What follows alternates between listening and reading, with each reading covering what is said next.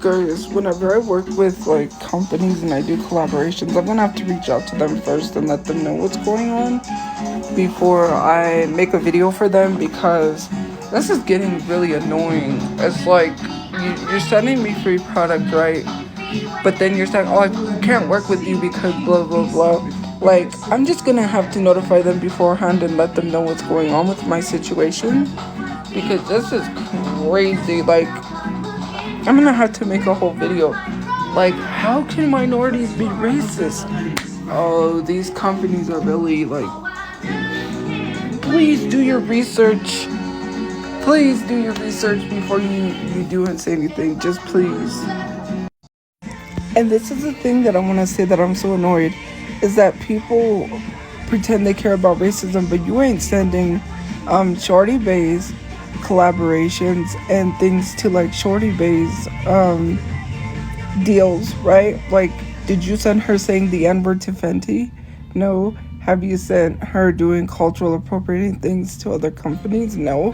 Why do you guys pretend to be activists and pretend to care only for certain people, but you're not doing it for Shorty Bay? Especially that because she said the N word and because she's cultural appropriated, right? She has literal deals with Forever 21. Are you sending them stuff? No. I actually have sent stuff, and it may be a little like, oh, obsessed or petty or something, but no, because people should not be working with someone who cultural appropriates, refers to themselves as burnt, and then literally doesn't care. Literally doesn't care about using the N word. I'm sorry. Like, you guys need to be doing more than just tagging Betty and saying, look at this.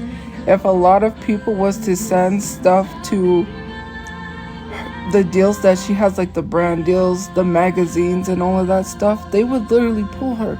But you guys really don't care enough about that. And it's not even being racist because I don't know what her race is, but she may not be a minority, right? But in a sense, that's anti-black, that's this, that's that, right? You only care about me, but you don't send stuff to her, to like what she, to like the collaborators and stuff of her. It's fake activism, it's fake people for me. It really is. And people may say I'm obsessed with Shorty Bay, but she did call herself burnt, she did use the N-word, and she did cultural appropriate. Miss me with the lies. Like, cut the excuses and stop making excuses, okay? Stop focusing on me and focus on other people. Why is it okay for other people to do stuff, right? And someone said videos can't be fabricated, but definitions can be incorrectly used.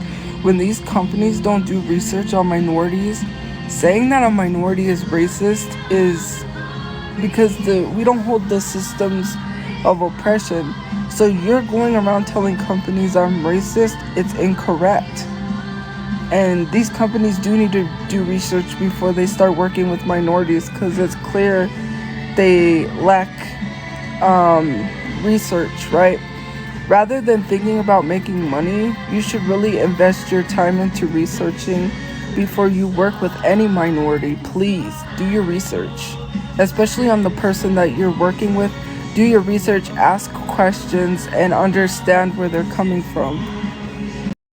The absolute worst thing non-black people could do is telling black people how they should feel about what someone said. This girl literally referred to herself as ugly because her skin tone is getting darker and it doesn't match, and said she looked like burnt. I'm like, and you're saying, well, this can't be good for your mental health to be talking about someone. What can't be good for my mental health is invalidating my feelings and telling me I'm not supposed to feel a certain way or this or that. I am so freaking annoyed. I'm about to go jump in front of a bus because, frankly, this is not doing anything good for my mental health because my feelings are being invalidated as a black person, that people out here are it's okay for them to hurt black people. I'm affected because people made fun of my hair for even calling her out for her cultural appropriation. People literally made fun of my hair and said my hair is a bird's nest. People literally came at me and literally is telling me I'm not black enough. Like, people are literally invalidating my feelings and saying they don't care. I have a right. People are treating me like I'm not a human being, and people keep saying that. Are my feelings not valid how I feel, how people treat certain people of communities? It's perfectly okay for her to be very much colorist by saying she looked like burnt. How does that make sense, right? Oh, but it's okay for her to work with brand deals and other people after she says she looked like burnt. And I'm not supposed to be upset or have feelings over that. Like, I'm sorry. I shouldn't have said what I said about walking in front of a bus. But, I, like, please. You know what's funny is that someone said I'm not culturally black because I never met my dad's family. What does meeting my dad's family have to do with me being black? Are you dumb, idiotic, or stupid? Because I did meet my dad's cousin, you know, and his aunt, which his aunt was named Aunt Glossine, and um we used to go over to her house for Thanksgiving. So yes, I have met my dad's family.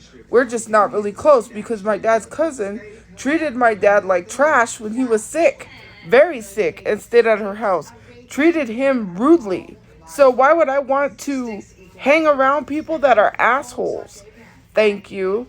And as for my dad's mother, who is black, I talked to her on Facebook when I was younger, but I really didn't have a much of a relationship with her because she always wanted money. So my grandmother would always contact me on Facebook whenever she wanted money, right? And she would always say, "Did you know your dad did this and that? He was in track, he was a football star," and then would ask me for money. His cousin, who stopped calling after a while because she wanted $2,000. The last time she reached out to us, and she's reached out to us after that, I think, was when his aunt Glossine died and my dad broke down, right? All of his family only wants contact when it's money. Okay?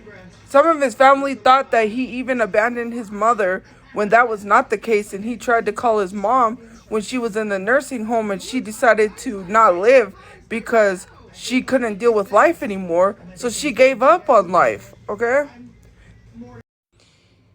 It's the fact that she's like, "Oh, you owe me $2,000. You took him in when he was sick. You took care of him, right?" And she wasn't even feeding him. She would go out and get wing basket all the time, or sometimes she would cook fish.